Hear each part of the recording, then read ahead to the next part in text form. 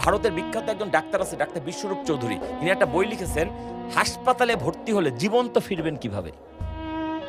বইয়ের নাম হাসপাতালে ভর্তি হলে জীবন্ত ফিরবেন কিভাবে। He is right.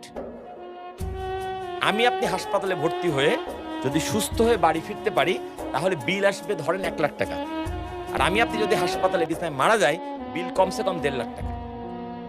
কারণ মৃত্যু পরবর্তীতে একে তো মরে গেছি আজকে রাতেই, ওটাকে 3 দিন ধরে ঝুলাবে, 3 দিন পর ডিক্লারেশন দেবে মরে গেছে, তারপরে অ্যাম্বুলেন্স ভাড়া, তারপরে উমুক ভাড়া তুমুক ভাড়া যোগ করে 1.5 লাখ টাকা বানাবে। এবার আপনি বলেন, হাসপাতালে আমার জীবন চাই না মরণ চাই? আমরা কিভাবে চিকিৎসার নামক ফাঁদে পড়ছি আপনি বুঝতে পারছেন? বাঁচলে যা বিল হবে, মরলে তার চেয়ে বেশি বিল হবে। তা হাসপাতাল খুলছে ব্যবসা করার জন্য, তো ও কি চাই? বেশি ব্যবসা চাই? তাহলে আপনাকে বাঁচাতে চাই না মারতে চাই?